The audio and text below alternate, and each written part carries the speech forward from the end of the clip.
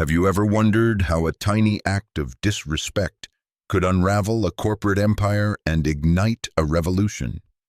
Imagine sitting in the luxury of first class, a symbol of your hard-earned success, only to be treated as if you're invisible, unworthy of the space you've paid for. Today, we're diving into the extraordinary story of Malcolm Harris, a billionaire in disguise who turned a single moment of humiliation into a groundbreaking movement that reshaped the airline industry. This isn't just a story, it's a journey of power, persistence, and profound change. Stick with me because every twist will leave you stunned and inspired. If you haven't subscribed yet, hit that button now and turn on notifications. Trust me, you won't want to miss a second of this incredible tale. Malcolm Harris isn't a name you'll find in business magazines or billionaire rankings. He operates in the shadows, a man of immense power who keeps his true identity hidden.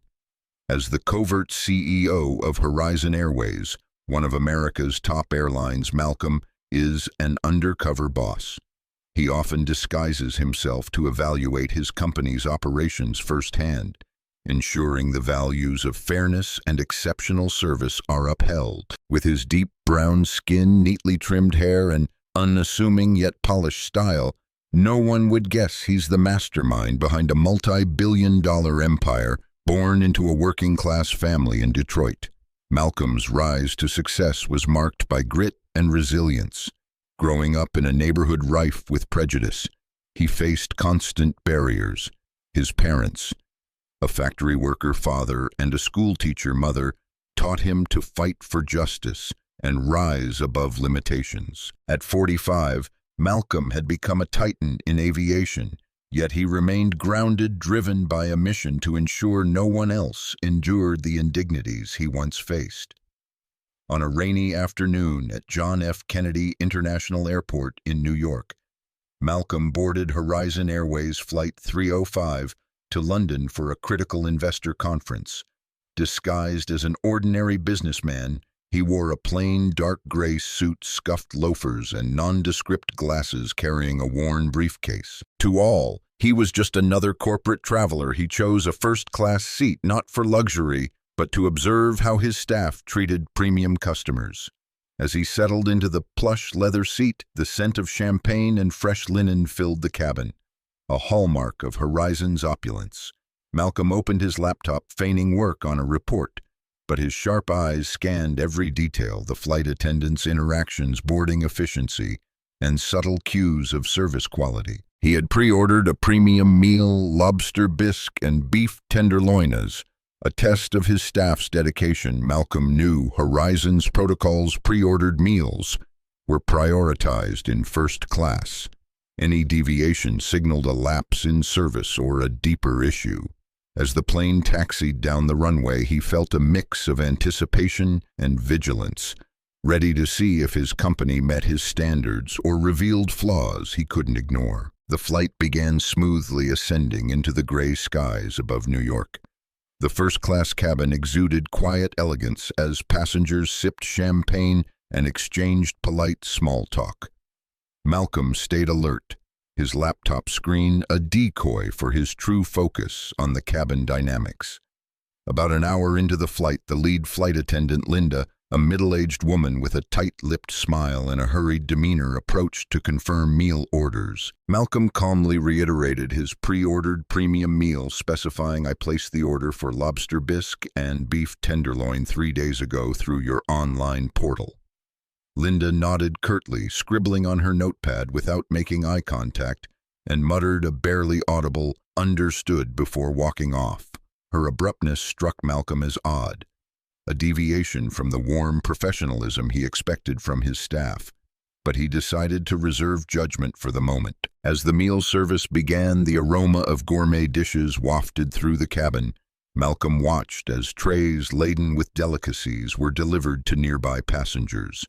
A businessman to his left received a plate of smoked salmon with capers, while a woman across the aisle savored a glass of vintage red wine paired with her seared duck breast. The attendants hovered attentively, offering extra napkins and warm smiles. Malcolm waited patiently, expecting his tray to arrive with the same care. However, when Linda returned, he was stunned.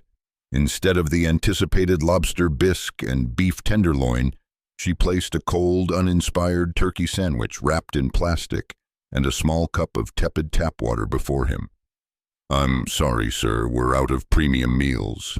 This is all we have," she said in a monotone voice, her eyes avoiding his as she set the tray down with a dismissive thud. Before Malcolm could respond, she turned on her heel and moved to the next passenger, leaving him staring at the meager offering in disbelief.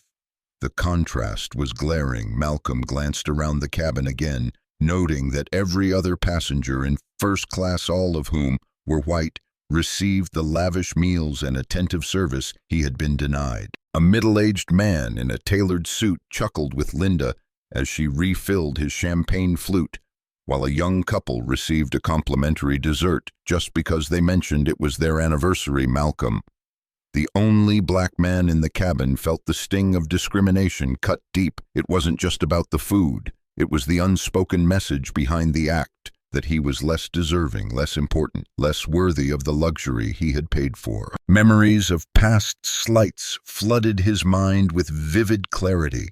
He recalled being turned away from a store as a teenager in Detroit, the clerk claiming they were closed, despite the open sign glaring in the window. He remembered job interviews where his qualifications were questioned with a skepticism not shown to others, the underlying assumption always tied to his race. But this moment stung in a uniquely personal way. Horizon Airways was his creation, built from the ground up with a vision of equality and excellence. To experience such disrespect within his own company, his life's work, was a betrayal he couldn't fathom. The weight of it pressed against his chest, a mix of anger and disappointment. Yet Malcolm kept his composure. His face remained impassive, betraying none of the turmoil beneath the surface. He wasn't just a wronged passenger. He was the owner of this airline, and he resolved to transform this insult into a catalyst for sweeping change. Determined to understand the full scope of the issue, Malcolm decided to test the waters further before taking action. He picked up the sandwich, unwrapping it slowly, as if accepting the situation, but his mind raced with strategy. He noted the time on his watch, 37 p.m. Eastern, and jotted a quick note on his phone. Meal denied, Linda. First class disparity. Every detail mattered, every observation a piece of the puzzle. He overheard Linda chatting with another attendant near the galley, her tone light and casual as she mentioned prioritizing regulars for the premium meals. The comment, though not directed at him, landed like a brick. Was this a policy of favoritism or something more insidious tied to bias? Malcolm knew he needed more evidence, and he was prepared to gather it meticulously over the course of this transatlantic journey. Rather than confront Linda immediately, Malcolm opted for a calculated, methodical approach. He wanted to determine if this was an isolated error or a symptom of a broader systemic problem within Horizon Airways. Pressing the call button, he waited for Linda to return, maintaining a polite but firm tone. "I placed my order 3 days ago through your system. I'm sure there's a mistake. Could you double-check with the galley team for me?" Linda's response was a dismissive shrug, her eyes barely meeting his. "Sir, the system glitches sometimes. There's nothing I can do. We're fully booked, and the meals are allocated as they come." Her tone carried an edge of impatience, as if Malcolm's request was an inconvenience rather than a legitimate concern. Without waiting for a reply, she walked away, leaving him with a growing sense of being diminished. A feeling he hadn't experienced in years, not since he'd risen to a position of power. Malcolm's instincts told him there was more to this than a mere system error. Over the next hour, he observed Linda's interactions with other passengers with hawk-like precision. Her demeanor shifted noticeably. She was warm and accommodating with the white businessmen in tailored suits, laughing at their jokes, offering extra servings of dessert, and even lingering to chat about their destinations. "Oh, London's lovely this time of year. Mr. Thompson," she cooed to one passenger, refilling his coffee with a smile. But when she dealt with Malcolm, her body language was cold and perfunctory. Her responses clipped as if she couldn't be bothered to give him the time of day. The disparity was glaring, and it fueled Malcolm's determination to dig deeper into what was driving her behavior. Discreetly, he pulled out his phone and activated a voice recording app, ensuring it was hidden beneath a stack of papers on his tray table. He waited for the right moment, then pressed the call button again, this time catching the attention of another flight attendant, a younger man named Ethan who seemed more approachable with his nervous smile and eager-to-please attitude. Malcolm asked casually, "I'm just curious, how are meals prioritized in first class? I thought pre-orders were guaranteed." Ethan hesitated, glancing around nervously before lowering his voice to a near whisper. "They usually are, sir, but sometimes, well, certain passengers get bumped if someone else is deemed more, important. I'm not supposed to say this, but Linda made the call to reassign a few meals today." The admission was a bombshell. Malcolm pressed further, keeping his tone neutral to avoid spooking Ethan. "Reassigned to whom?" Ethan fidgeted uncomfortably, adjusting his tie. "I don't know the details, but she mentioned something about a VIP regular who always gets priority. It's not uncommon." The revelation confirmed Malcolm's worst suspicions. This wasn't a random oversight. It was a deliberate act of favoritism, likely tinged with racial bias. His meal had been given to someone else. Someone Linda arbitrarily decided was more deserving. The knowledge burned inside him, but Malcolm maintained his poker face, thanking Ethan quietly before turning off the recording. He now had concrete evidence of misconduct, a critical piece in building his case. But he wasn't done. He wanted to observe more to see if this pattern extended beyond Linda, or if other crew members were complicit in such practices. As the flight progressed, Malcolm continued to document subtle slights beyond his own experience. In business class, just visible through the partition, he noticed a South Asian family being ignored when they requested extra blankets for their children. The mother, visibly frustrated, pressed the call button multiple times, only to receive a curt, "Well, get to it," from another attendant who then walked past without returning. Meanwhile, a white couple nearby received prompt attention for a similar request, the same attendant smiling and even offering a toy for their child from the onboard stash. Malcolm jotted down the timestamp and details on his phone, his anger simmering with each observation. He also overheard a hushed conversation between two passengers in first class, one of whom remarked to his companion, "I've flown Horizon for years, and they always take care of me. Guess it helps to know the right people." The comment, though casual, hinted at a culture of preferential treatment that Malcolm had never intended for his airline. Using the in-flight Wi-Fi, Malcolm sent a series of encrypted messages to his trusted assistant, Rachel Bennett, who operated out of Horizon's headquarters in Chicago.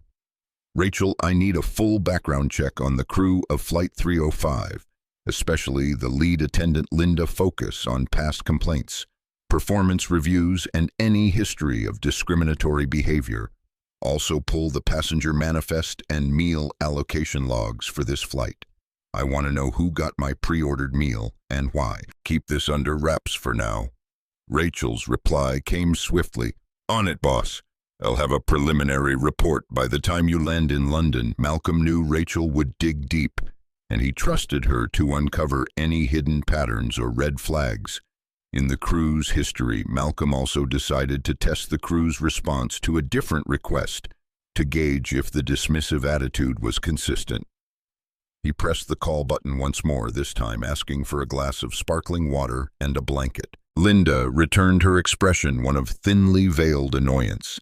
"You'll see what I can do," she said, her tone flat before disappearing into the galley.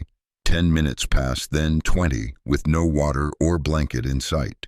Meanwhile, the passenger beside him, who had requested a coffee refill, received it within moments, complete with a polite, "Is there anything else I can get you, sir?" from Linda. The blatant difference in treatment was another data point, another piece of evidence that this wasn't just about a meal, it was about a deeper bias that had infected the service culture on this flight. Malcolm added the incident to his notes, his resolve hardening with each passing minute. Midway through the flight, as the cabin lights dimmed for the overnight journey across the Atlantic, Malcolm found himself reflecting on his rare moment of vulnerability amidst his calculated mission. He stared out the window at the endless expanse of clouds, the hum of the engines, a quiet backdrop to his thoughts. Memories of his childhood in Detroit flooded back with painful clarity. He remembered a particularly humiliating incident when he was just 12 years old. His family had saved up for months to dine at a local diner for his mother's birthday, a rare treat in their tight budget. Dressed in their Sunday best, they arrived full of excitement, only to be met by the hostess' sneer as she told them, "We're full tonight. Sorry, but we can't accommodate your kind."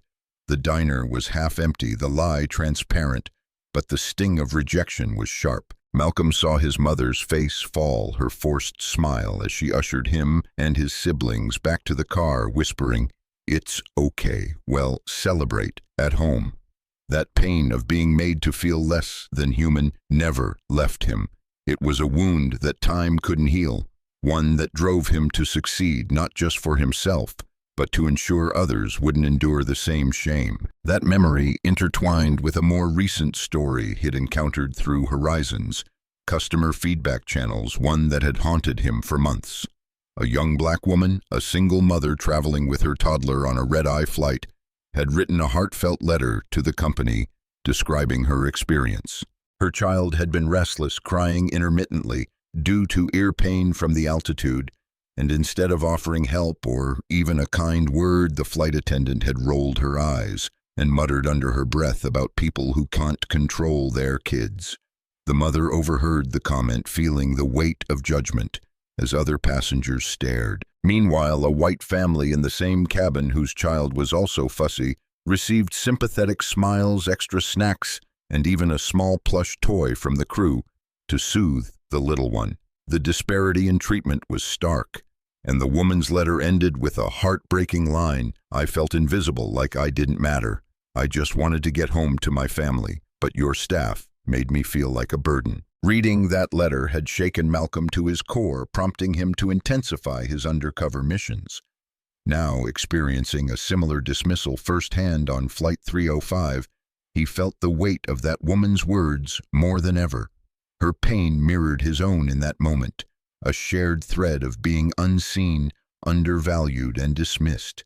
But it wasn't just these two stories that fueled Malcolm's resolve. He recalled another incident from his early days as a young entrepreneur, when he was still building Horizon Airways from a small regional carrier into a national name. During a business meeting with potential investors at a high-end restaurant in Chicago, he had been mistaken for a valet by one of the attendees, despite wearing a tailored suit and carrying a briefcase full of financial projections. The man had tossed his car keys at Malcolm with a casual "Park it. Around back, will you?" before walking past without a second glance. The humiliation of that moment, being reduced to a stereotype in a space where he was fighting to be recognized as an equal, had lit a fire in him. Had handed the keys to the actual valet with a quiet dignity, returned to the meeting and secured the investment anyway, but the incident reinforced his mission to create a company where respect was non-negotiable, where no one would be diminished by assumptions or bias. These personal and anecdotal reflections deepened Malcolm's determination as the plane soared over the Atlantic. He wasn't just fighting for himself on this flight. He was fighting for every person who had ever been made to feel less than human because of their race, background, or circumstances. He thought of the countless passengers who might have faced similar slights on Horizon flights without the power or platform to speak up. How many had silently endured dismissive attitudes, unequal treatment, or outright disrespect? How many had left his airline feeling smaller than when they boarded? The weight of that responsibility settled on his shoulder. He was the CEO, even if undercover, and it was his duty to ensure Horizon lived up to its promise of equality. As the plane began its descent toward London, the first hints of dawn breaking on the horizon, Malcolm knew the battle ahead would be fierce. but he was ready. He had built Horizon Airways to be a symbol of progress, and he would not allow it to become a relic of prejudice. To ground himself further, Malcolm pulled out a small, worn notebook from his briefcase, a personal keepsake he carried on every undercover mission. Inside were handwritten notes from over the years, snippets of experiences and lessons from his journey. One entry dated 5 years prior read, "Never forget why you started. Every slight, every barrier, every no is fuel to build a better world. Horizon isn't just a business, it's a promise to those who've been overlooked." Reading those words now in the dim light of the first-class cabin, Malcolm felt a renewed sense of purpose. He wasn't just gathering evidence for a single incident.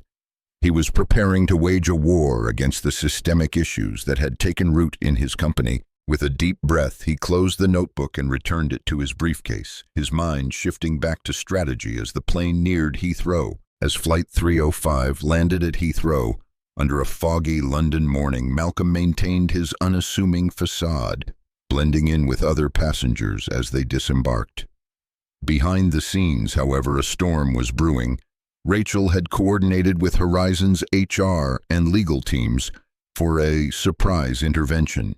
As the crew exited through a separate gate, they were met by HR executives waiting in a restricted airport area. Linda and a few other attendants were escorted to a private room for questioning about their conduct during the flight, the atmosphere thick with tension. Malcolm observed from a discreet distance near baggage claim, his phone buzzing with updates from Rachel. Linda has prior complaints for potential bias never fully investigated. Your meal went to a VIP frequent flyer per her notes. HR is on it, she texted. Malcolm's jaw tightened. This wasn't just one incident, it was a failure of oversight. He instructed Rachel to arrange an emergency meeting with senior leadership at Horizon's London office, knowing true change required a top-down approach. Hours later, in a sleek conference room at Horizon's European headquarters, top executives gathered uneasy over the sudden summons. Malcolm entered last, still in his plain gray suit, glasses on, looking unremarkable. The chief operating officer, Margaret Ellison, opened the meeting addressing the reported incident on Flight 305. Before she could continue, Malcolm stood, removing his glasses with deliberate calm. "I'm Malcolm Harris, CEO of Horizon Airways," he announced, his voice steady. "I was on Flight 305, undercover. I was denied my meal and treated with disdain because I'm the only black man in that cabin. This is a systemic failure, and it ends today." The room fell silent, shock rippling through the executives. No one had suspected their boss was on board, witnessing their company's failings firsthand. Malcolm unveiled a comprehensive overhaul plan for Horizon Airways. He mandated anti-discrimination training for all employees, established an anonymous hotline for reporting misconduct, reviewed by a third-party committee, created a diversity and inclusion task force led by a chief diversity officer, and implemented a zero-tolerance policy for bias or favoritism with strict consequences. Linda and implicated attendants faced termination, but were offered bias training for potential re-employment, ensuring accountability while allowing for reform. To emphasize the urgency, Malcolm shared key examples during the meeting. He recounted the story of a single black mother. From a customer feedback letter, she felt invisible on a red-eye flight, struggling with her child, met with disdain while others got kindness.